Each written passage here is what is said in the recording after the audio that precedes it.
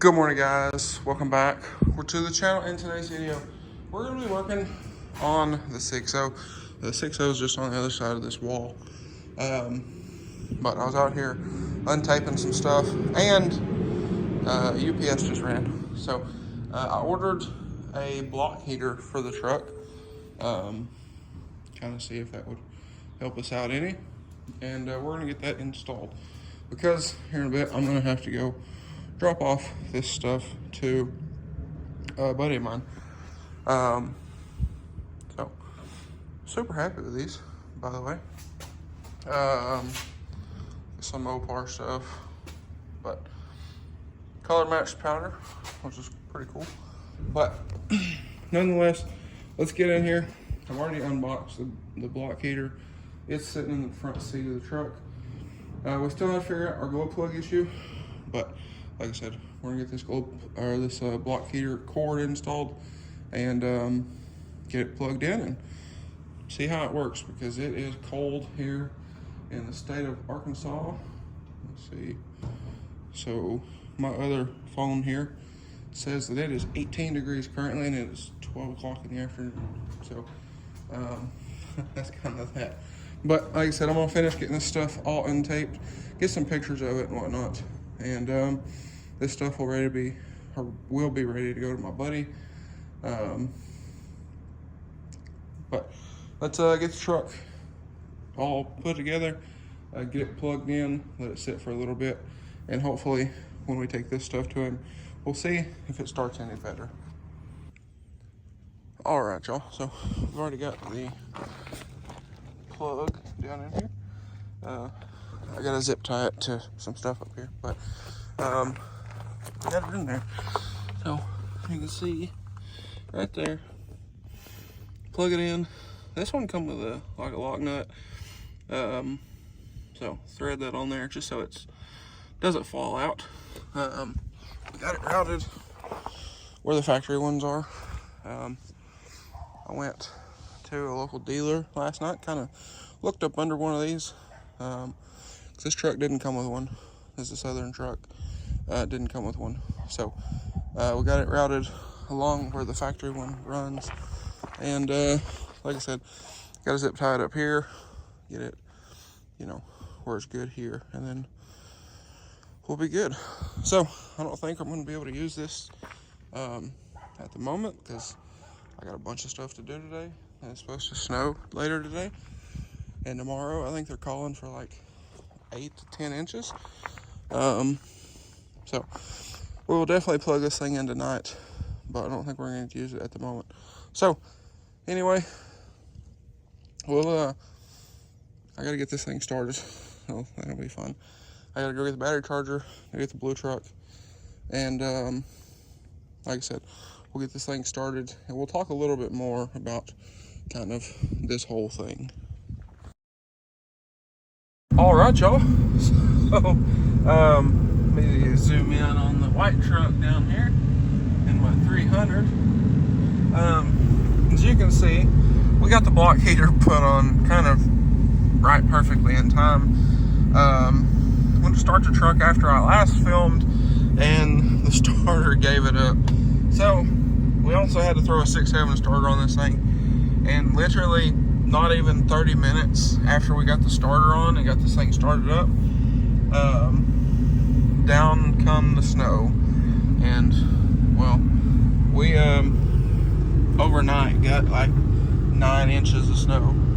So we'll let the truck warm up here, and we'll talk a little bit more about this, but I got to get all the snow off of here before we go. All right, y'all, so it is well, it's now the next day, and well, as you can see, our snow is melting, but I've already been out in the 6.0, dropped off the new wheels for the white truck to get chemically stripped, so that'll be coming up. You'll see that here before too long. But one nice thing about these trucks, you can see their extension cord there. No, the end of that extension cord is not in the snow. It's over here.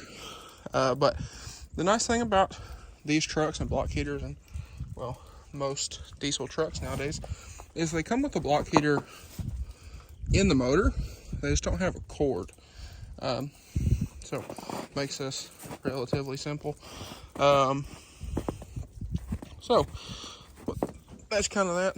Now, last night I got down in the low teens, and come out here this morning, and this thing is absolutely filthy, but come out here this morning, started up, cranked right up, and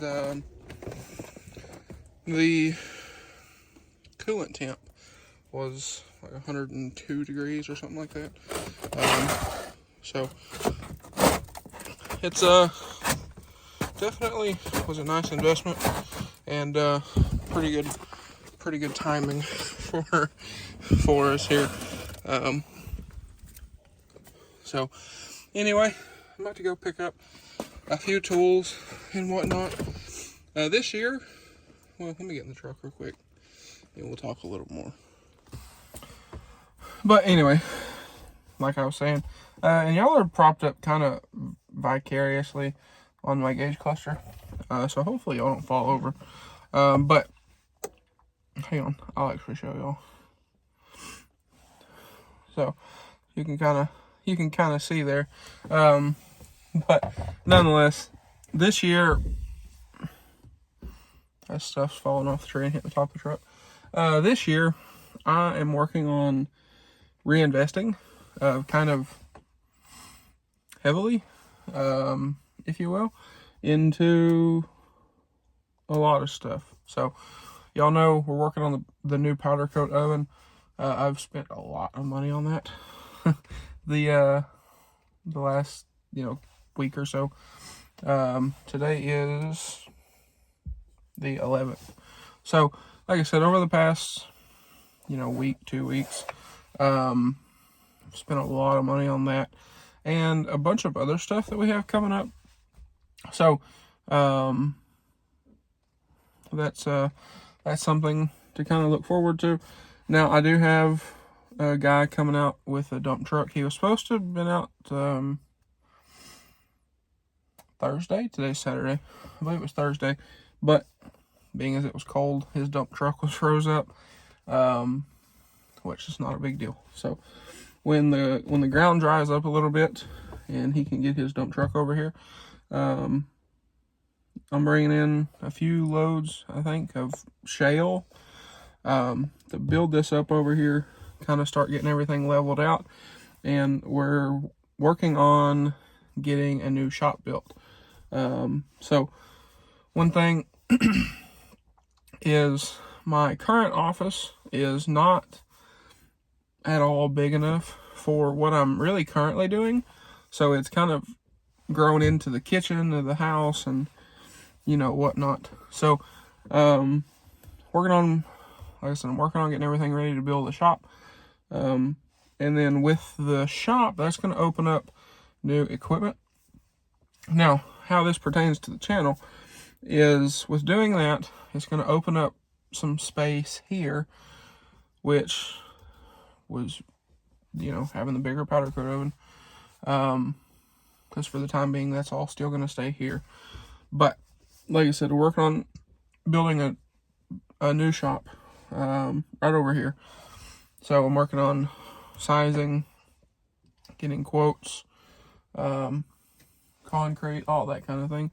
So that is something to kind of look forward to, I guess.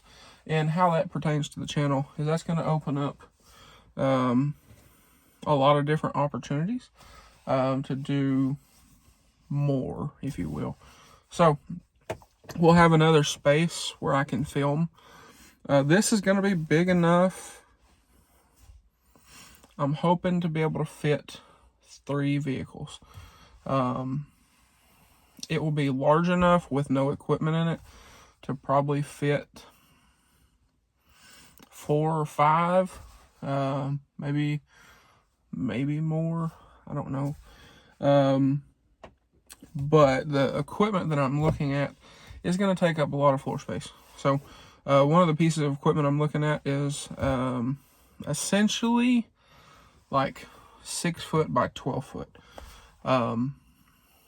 overall with, you know, a little bit of space to walk around it. So, there are going to be some pieces of equipment that is going to take up a lot of room, but that will give us a space to film.